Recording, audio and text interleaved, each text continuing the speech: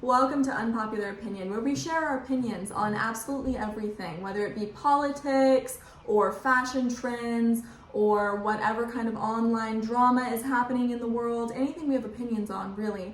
And we are doing this because we know that you care so much about our opinions and that you really want to hear about them. So here we are. You're welcome.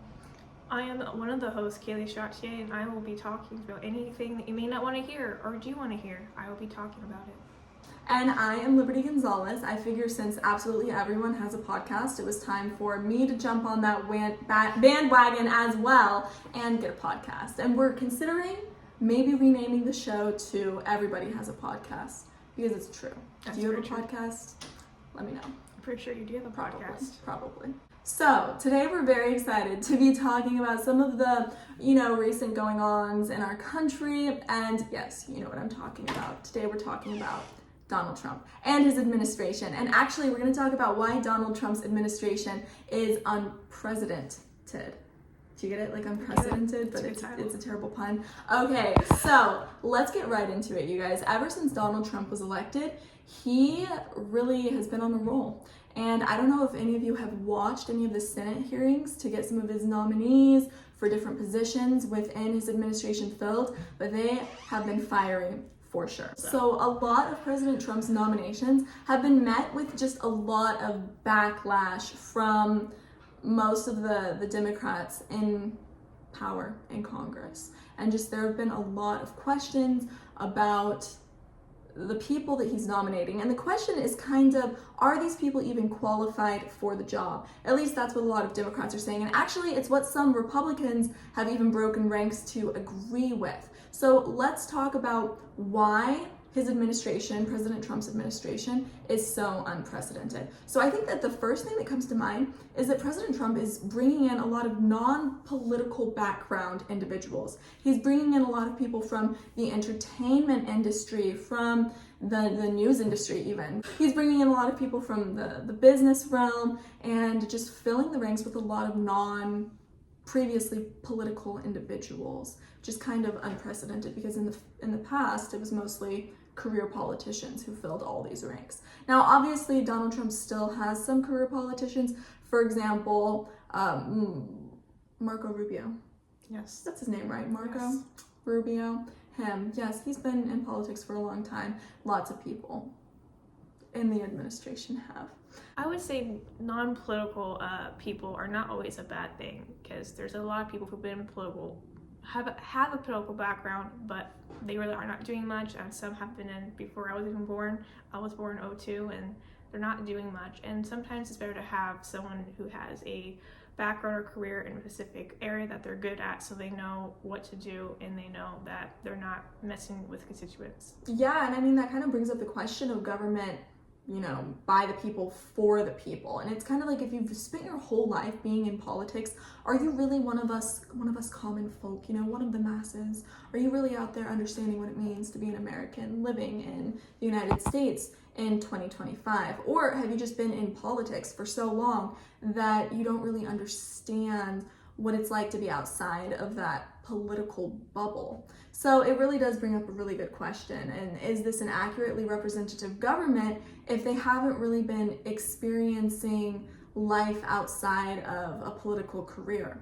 So, I mean, definitely a lot of good things to consider. But, I mean, the Senate has had a lot to say about questioning whether these people are qualified. Because let me tell you, as someone who is currently interning in Washington, D.C., this is the city of red tape. It really is. The bureaucratic processes, everything you have to go through, it's very complicated.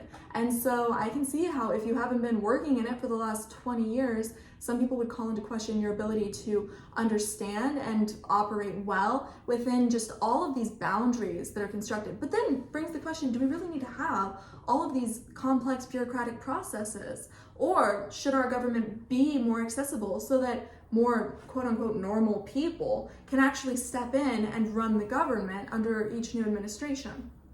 I don't know, what are your thoughts on that? I would say, like DC, there's always a lot, making it hard for certain policies in certain areas to get through, and sometimes it's hard to make promises to your constituents because all that red tape. But sometimes if you know that you can't make that promise when you're trying to get voted in, don't make it, because you're really gonna make people angry and upset, because like they're expecting you to make that promise or that policy, but you know they can't or you don't want to, just to get someone's vote. One time I read this joke in an old magazine that I found like at my grandparents' house. You know, those are the best magazines, the ones that have been in their house since like 1973. Anyway, and I had this little joke in it, and I never forgot because I thought it was so funny. And it was like a little girl asked her mother, "Mommy, do all fairy tales do all fairy tales begin with once upon a time?" And the little girl's mother looked at her and said, "No, sweetheart. Nowadays, most of them begin with when I am elected to office." And we have to say that if there's one thing that can be said for President Trump's new administration, it is that they are getting stuff done. And I think that a lot of that comes from so many of these people that he's put in that come from more of that business corporate background. You know, they have the hustle. They want to get stuff done. Whereas before, government processes have been very slow for a very long time. And so it's interesting to see how they're shaking things up already with kind of this can-do business attitude of like, let's get it done now, right? Let's get it done yesterday. And so that's one way that they're shaking things up. Now, their fast-paced corporate world of Trump's new administration, it is definitely upsetting, kind of this boggy, lumbering world of red tape that the bureaucracy is made up of. And it's kind of interesting because with especially the new Department of Government Efficiency, to see how much of the swamp, so to speak, of bureaucracy that we have is going to make it through this administration. And I think we'll really see, because this could end in one of two ways. Well, I mean, like, there are more options. I don't want to create a false dichotomy around here. But either it's going to be great and we're going to realize, oh, yeah, we didn't need all that extra government. What were we doing with our lives? Or we're going to realize, oh, that's why all those people were there. We needed those. Yep, and things are going to melt down because we no longer have those people or those whole departments, processes. What will you? So another way that this administration is a little bit different than previous administrations is that it is, on average, a pretty young administration. So President Donald Trump, this is honestly very ironic because President Trump is actually the oldest president to be sworn in ever. So for example, he counters out his own elderliness, for lack of a better term, with really the relative youthfulness of his vice president, J.D. Vance, at only 40 years old, which is pretty young for a vice president, ladies and gentlemen. And then, I mean, for example, Caroline Leavitt, the White House press secretary, she's 27. That's crazy. That's just a few years older than us, honestly. Yeah. And she's accomplished a lot more. So you go, Caroline. You're doing great things with your life. Speaking of Caroline, can we talk about another thing about the Trump administration? I'm convinced that there is not a single unattractive woman in Donald Trump's administration. And it's not just like that they're not attractive. It's that every single one of these women working for President Trump is gorgeous. Like drop dead gorgeous, could be on a runway, but oh wait, she's also smart, so she's running the United States government. What? I'm sure a bunch of people are gonna fact check me and be like, look at all these ugly women President Trump hired for something. I would be interested to know. I really doubt you can find that. But I mean, let's talk about the potential positive changes that such an unconventional administration could have. And I mean, what are some of those potential downfalls? And when I say some of the potential, changes, I'm not just talking about all of the women being really attractive and everyone being in love with them, maybe myself a little bit too. No, I mean other things, with them kind of being fast-paced, with this get-done attitude.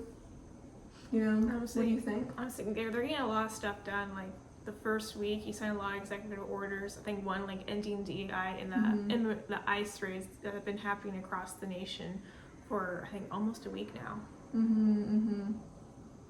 Yeah, no, he's definitely got a lot of stuff done, or at least he's trying to get he's signed a lot of orders. Let's put it that way. Whether or not all of them will actually come to fruition is yet to be seen, but he has signed a lot of stuff. So he's got that going for him. See, my biggest concern with President Trump is that I don't know if he fully understands, or I mean, I'm sure he understands, he's an intelligent man. I don't know if he fully respects the constraints of the executive office. And I think that that is one thing that we can see reflected in his attitude as he's come in and started signing, I mean, at this point, it's over 200 executive orders. And it's kind of this idea of he's used to being the boss, right? If he doesn't like someone and they don't perform well, you're fired. You know, he doesn't really have to do what anyone else tells him to do, and he kind of has ultimate power as CEO and owner. But that's not what the President of the United States is. You know, the executive office has a lot of constraints placed upon their power. They are not a king. They can't just march in there and do anything magically, just like wave a wand and so let it be written, so let it be done. That is not the role of the President of the United States. And I don't think that we can even blame President Trump for kind of this attitude of the president is the boss and can do whatever he wants, because I think that the people feel that way and they expect the president to act like a king, to go in there and deliver on all these crazy promises like you were talking about earlier, Kaylee, because they make these big promises and people expect them to deliver on it. But do people really consider, is that actually within their scope of proper exercise of their executive? I would say a lot of people did vote for Trump, and they he promised about immigration and DEI, and then also I know for Biden he really wasn't the most pro-life president, and then him pardoning all those pro-lifers who were arrested a while ago really probably made people happy, because during Biden a lot of things were in shambles.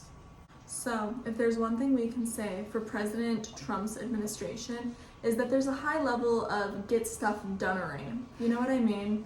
And they are trying to get stuff done, for better or for worse. I do think that one of the reasons why it's so difficult to change things in government is because the Founding Fathers wanted it to be difficult to change things, because you shouldn't just be able to make huge, crazy change all at once, because if you're making a change to an entire country, that is something that should be a slow, deliberate process. However, I do think that a lot of people in the Republican Party are just sick and tired of nothing good ever happening. And I agree that we need major reform in this country for sure. And so I guess the only question is now that whether or not President Trump and his administration will be able to deliver on that reform.